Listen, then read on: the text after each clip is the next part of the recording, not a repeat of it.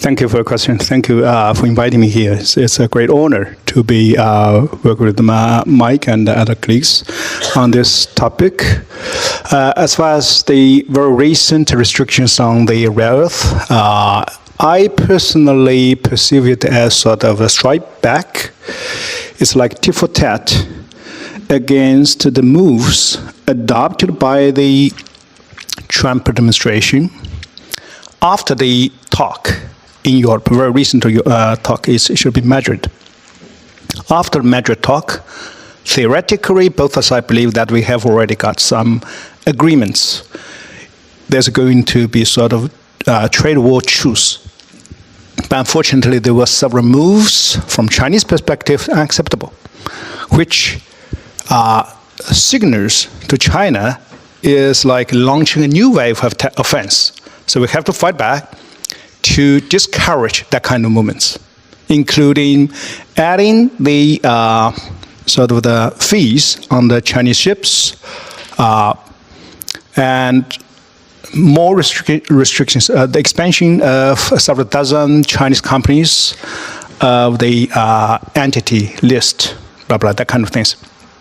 But from my personal understanding, there's a disconnection between Trump administration, the cabinet, and the bureaucratic system. Because the bureaucratic system is doing things routinely and gradually, and maybe recently they got the process to say, hey, we are going to charge that fee on the Chinese ships, and we are going to put these companies into lists. But maybe to some extent, the Donald Trump himself, he may know, but he did not aware that these moves, these new moves, would be perceived by China's side as violating the agreement, harder strike in Madrid.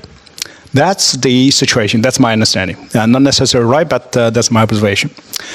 Then come to the topic of the title of this session, Economic Outlook of 2030. I believe there will be several factors, most importantly, influence the economic performance and the market.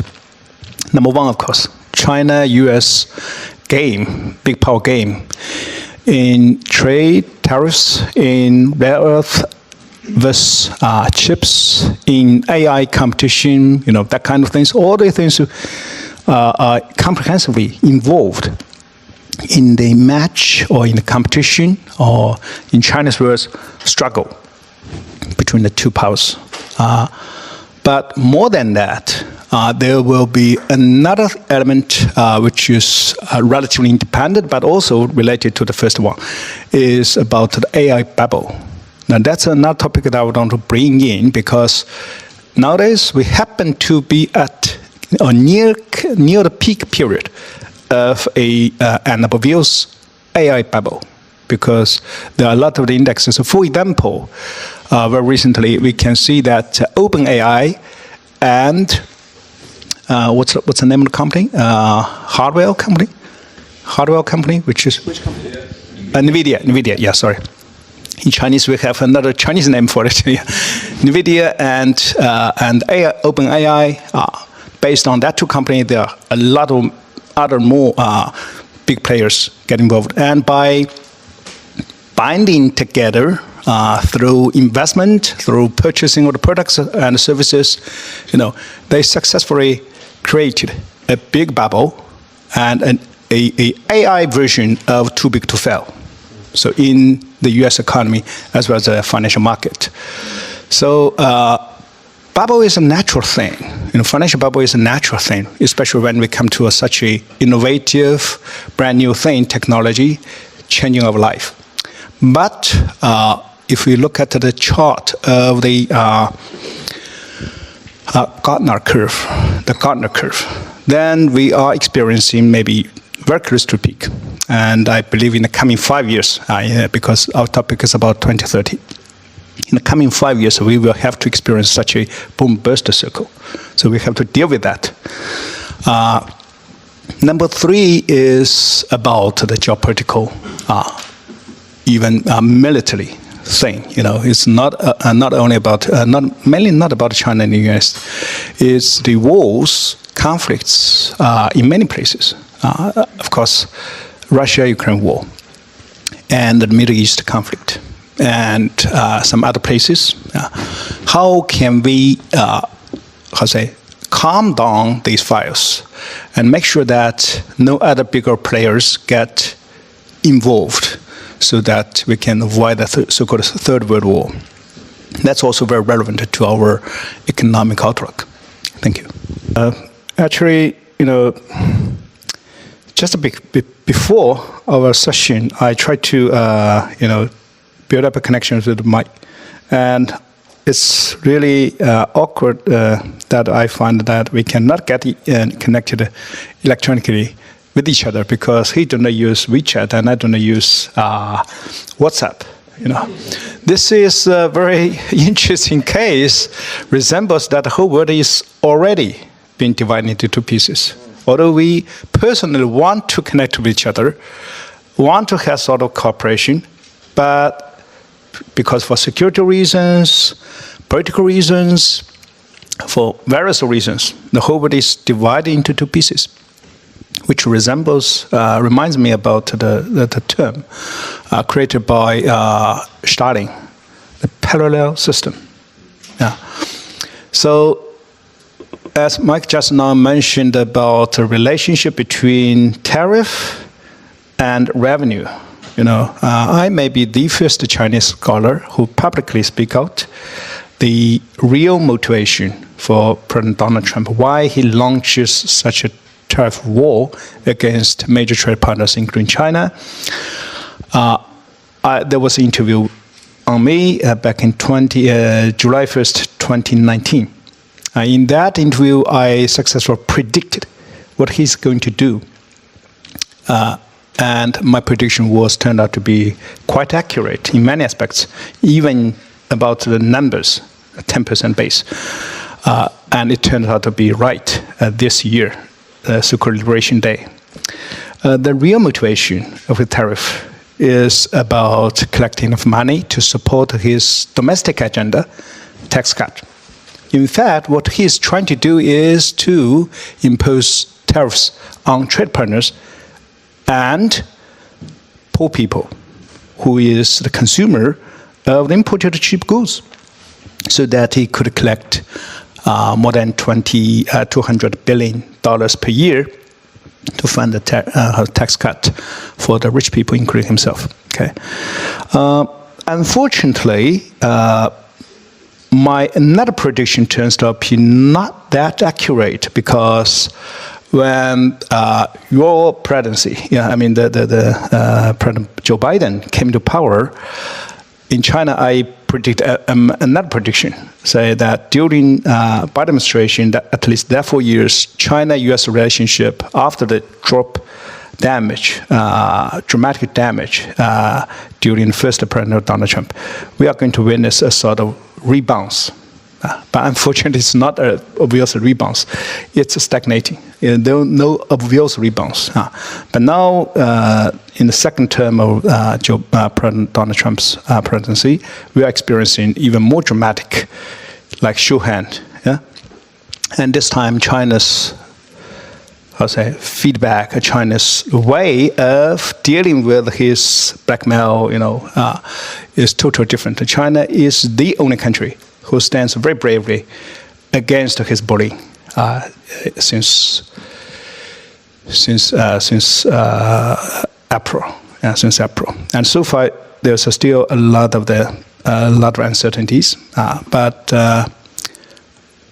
in the short term, I'm quite optimistic about the future, because we are going to strike a sort of equilibrium. We are going to reach sort of balance, a stable period, because both sides are very tough on many issues. But from long-term perspective, I'm pessimistic, because at the end of the day, you will have to build up your own supply chain.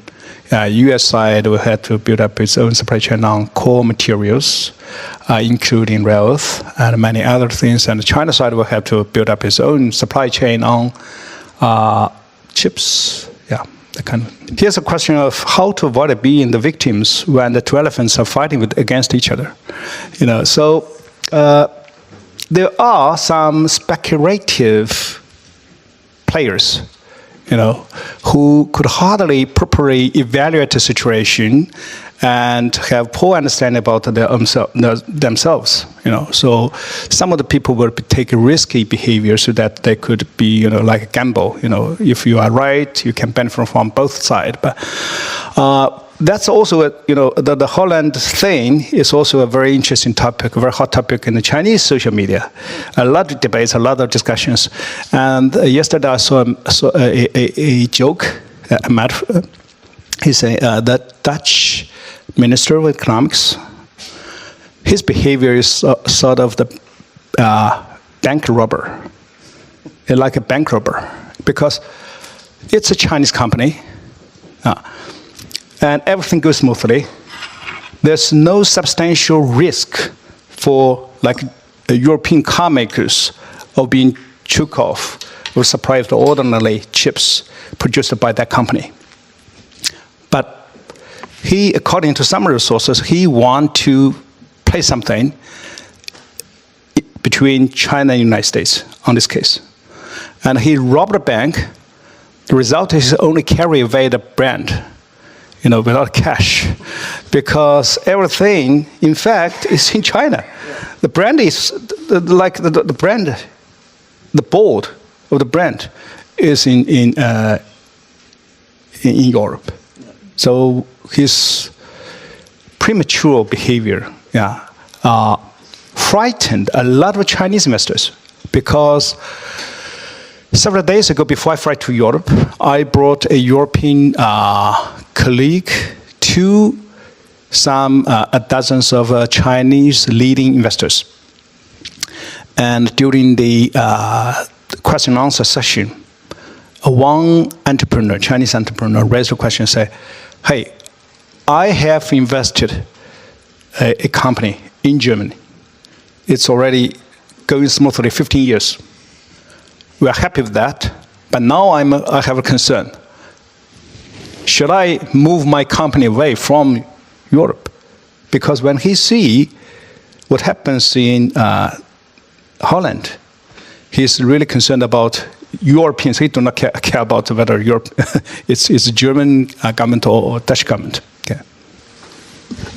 Okay, so I will start from the question of whether there is an AI bubble, and what happens and when it happens to burst. Actually, I recently made some comparison between the different approaches of United States and China, who is the most important leading countries investing heavily in AI. Obviously, they have different approaches. The American approach, from my personal understanding, is sort of in China we have a word called 修仙. You try to practice, purify your spirit, so that maybe one day, at the tipping point, suddenly you become a god. Yeah, it's like a tipping point. They try to reach a tipping point earlier than the Chinese. The American practitioners in AI, they are sort of like, we have to compete with the Chinese.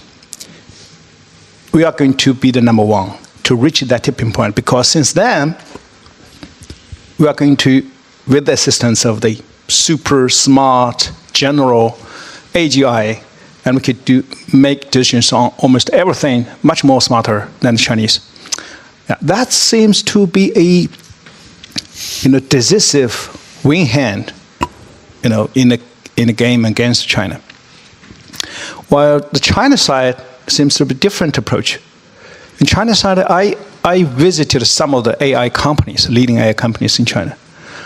The majority of them are doing so-called AI plus, which means they are applying AI technologies to substantial factories, substantial, for example, a port, make it a port, everything autonomized, and no man is operating there.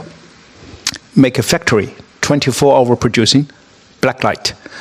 And very recently, I visited an alumni of our school who is the owner of an AI company, and he may be the only company in the whole world who is already making profit, net profit, from AI, which produces AI, looks not like human bodies, but like boxes, various boxes. And these boxes can replace the research and development phase for medicine companies. And almost all the major medicine producers are his customers. So they pay huge profit to them because they has their company. That's a crazy thing because the boxes that he produces is kicking professors, PhDs out of job. You know, we all know that's a heavy investment in the research and development process in medical industry, medicine industry, pharmaceutical industry, you know. So that's Chinese approach.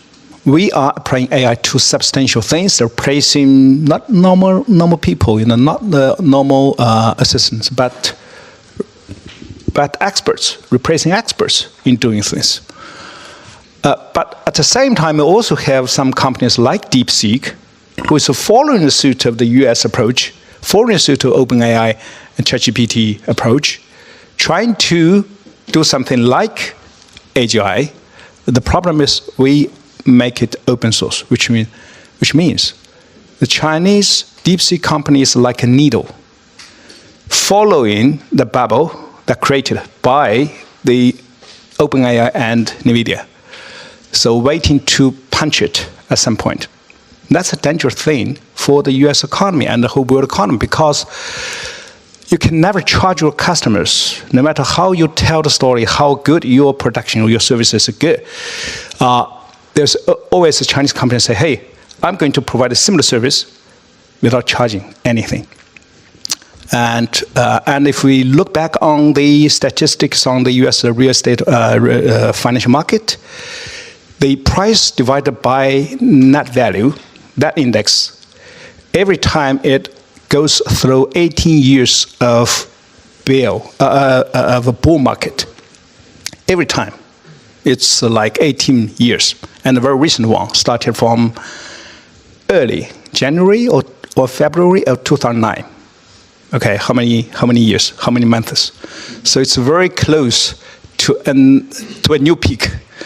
And my imagination, so put things together, my presumption is, so this time, there's still no difference.